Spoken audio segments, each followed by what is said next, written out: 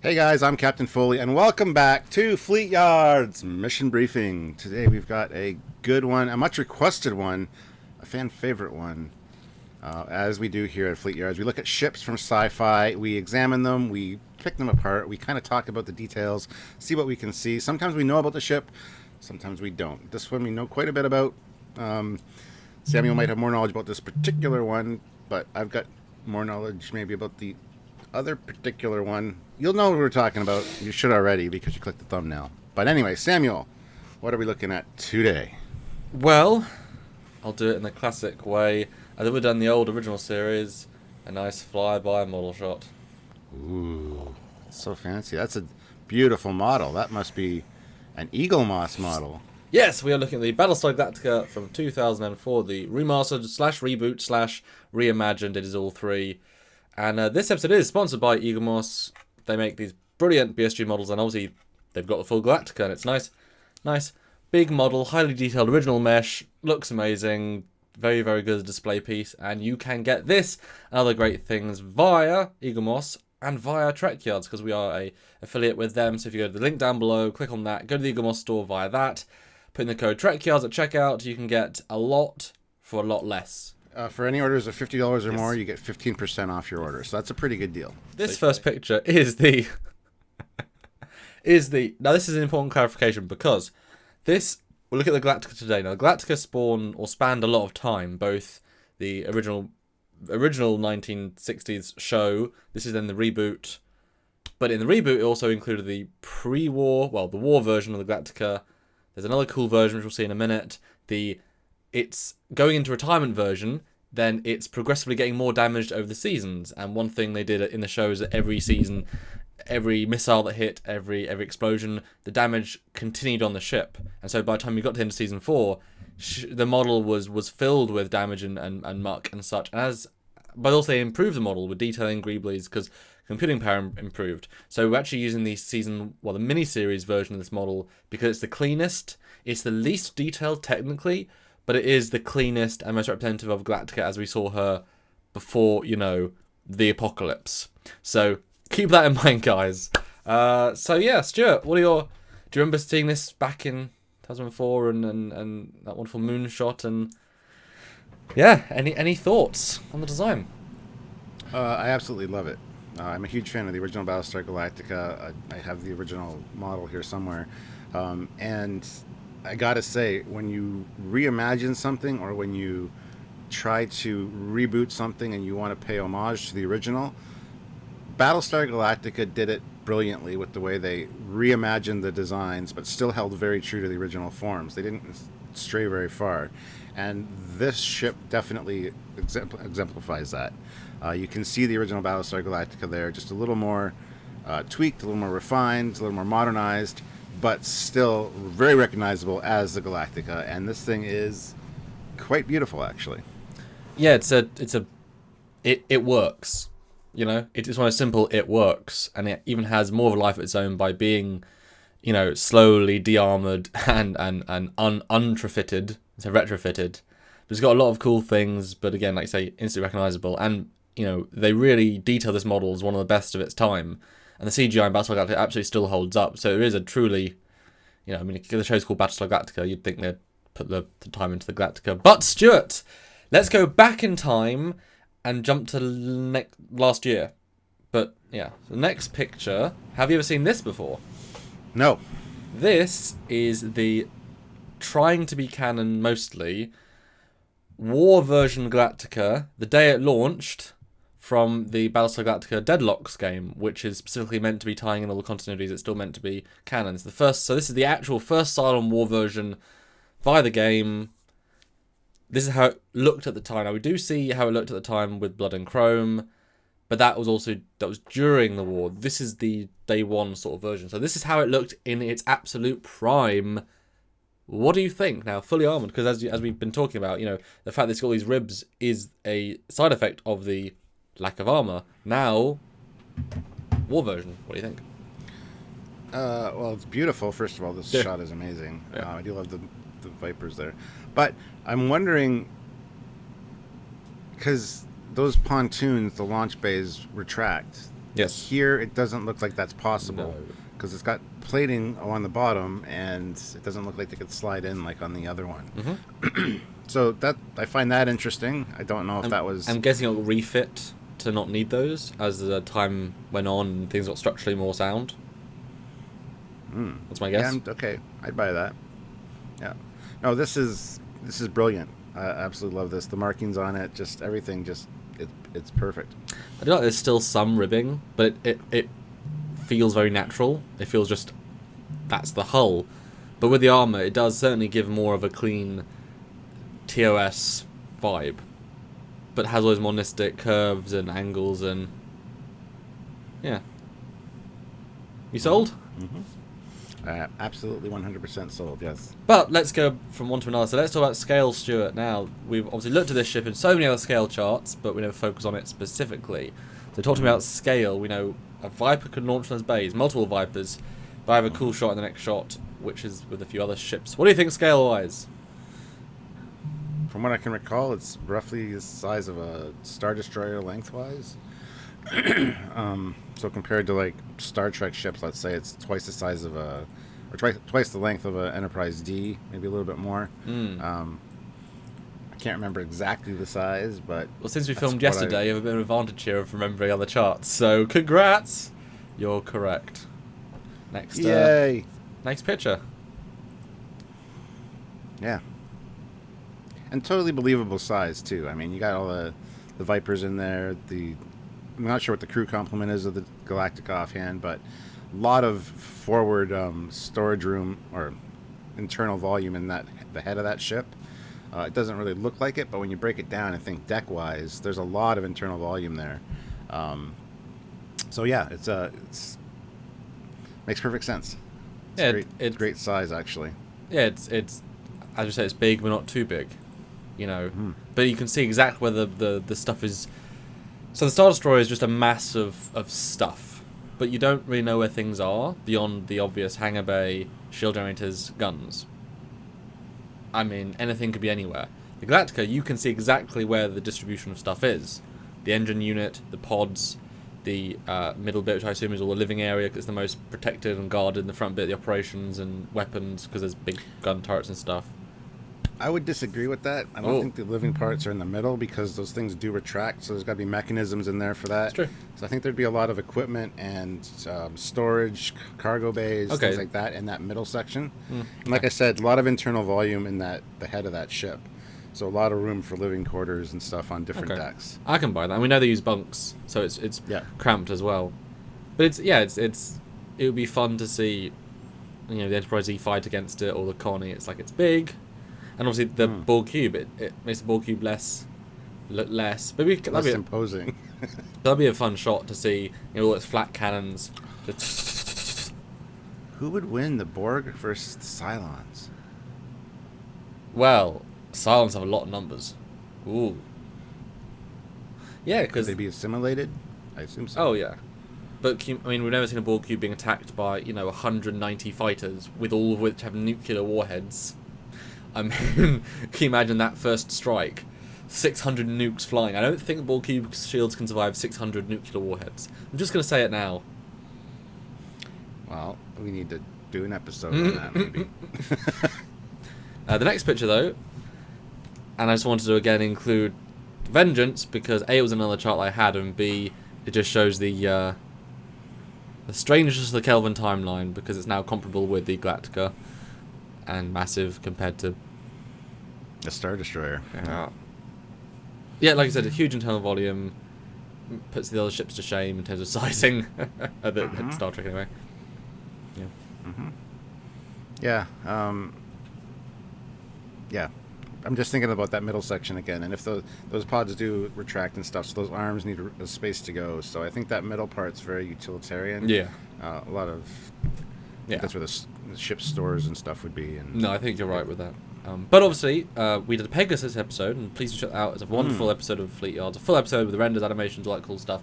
We did scale compared to other BSG ships. So there we go. Here's the next picture. Here is it compared to the fleet, and we saw it in the Pegasus episode because the Pegasus is one of my favorites of all time in sci-fi, and you can see it. The Beast is the Beast for a reason, and this ship is the Galactica is certainly big in the fleet, but it's not the big dog for a long time.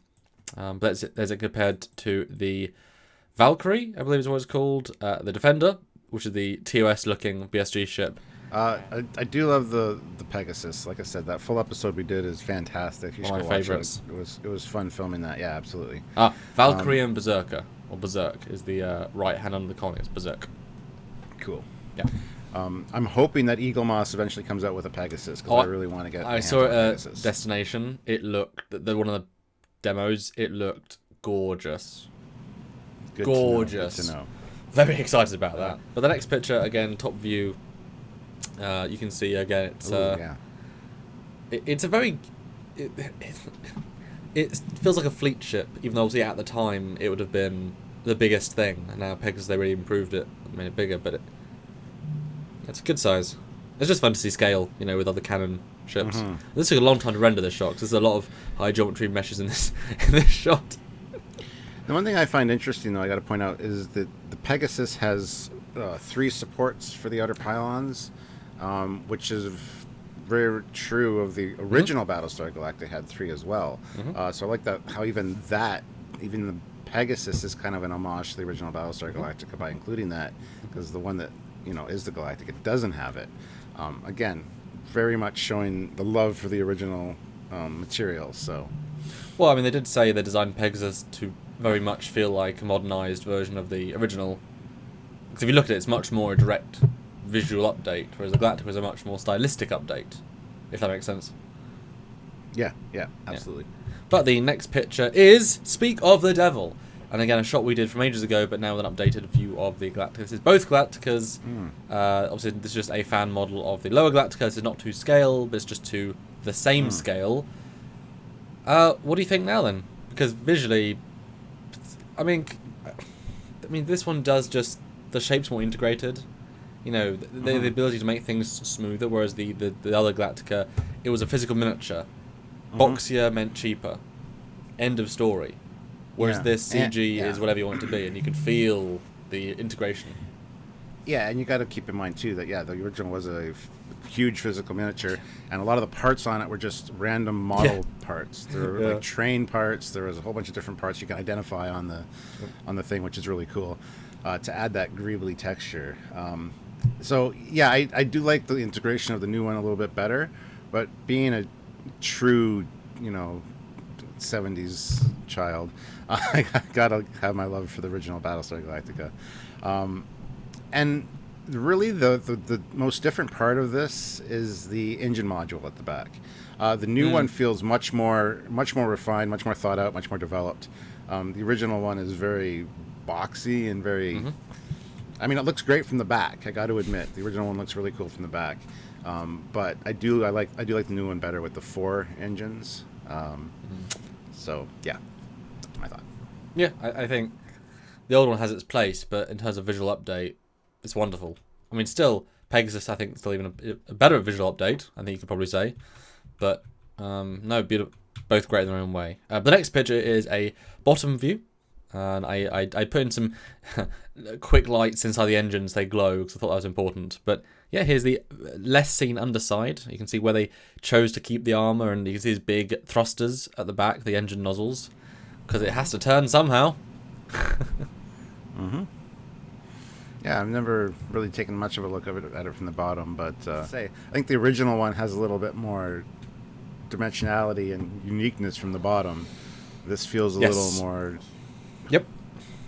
I don't know which word to Flat. use, but... Flat's fine. Homogenized. Although it's fun, you can see the little yellow lights popping out at the bottom. Those are the gun turrets in the windows. Which I don't think they necessarily ever fire those, ever. In the entire show. That'd have been kind of cool, though, to see like the top turrets getting blown off and they just slowly remove the bottom ones and just like, alright, we have to pimp the top because we get 100% of our combat from the top. I don't know. Next picture, though, is the back. And do you recognise that engine pod, the middle bit? Because it's almost identical to the Galactica, the original one, the inner... Yep, it's the old engine pod, pretty much, with just, new ones slapped on. That's really cool, actually. Never even noticed that before. Yeah. That is... Wow. Yeah, this is cool. And you can see, again, the massive thruster nozzles which is kind of cool. But I think this is a good view of the ship. I think it has a certain presence, a certain bulk, but also a certain simpleness. In terms of it's flat, but it's not too flat. It's, I don't know, I like it. Speaking of engines, though, next view is again from our Pegasus episode. Just a fun comparison of the older school Galactica and then the newer style Pegasus. to scale. Damn. Pegasus is a beast. I think I've heard that somewhere. Yeah. No, it's just a fun little shot for all the fans out there. Next picture is the easiest indication that this is an older model, because this is the updated model where they added greeblies to the front. So this is the as it was in the pilot when they knew, or the miniseries when they knew they weren't going to necessarily need the front. So it's a simpler one, but it's more representative of how was the start, which is theoretically more what it was. And also you can see the pod at the other side. Mm-hmm. Now, the original one, on the original Galactica, I know you could see the bridge, because the bridge had its own like unique shape at the front, kind of halfway up. Is that represented here at all? Do you know? Like, no, the bridge on this one. The bridge is super internal. Oh, is it? Okay. Yeah. Which makes super sense. internal. Yes. For a ship like this, yeah. But it's fun if you look, inside some of these lack of plates. You can see they did put greeblies, tiny things that you would barely notice.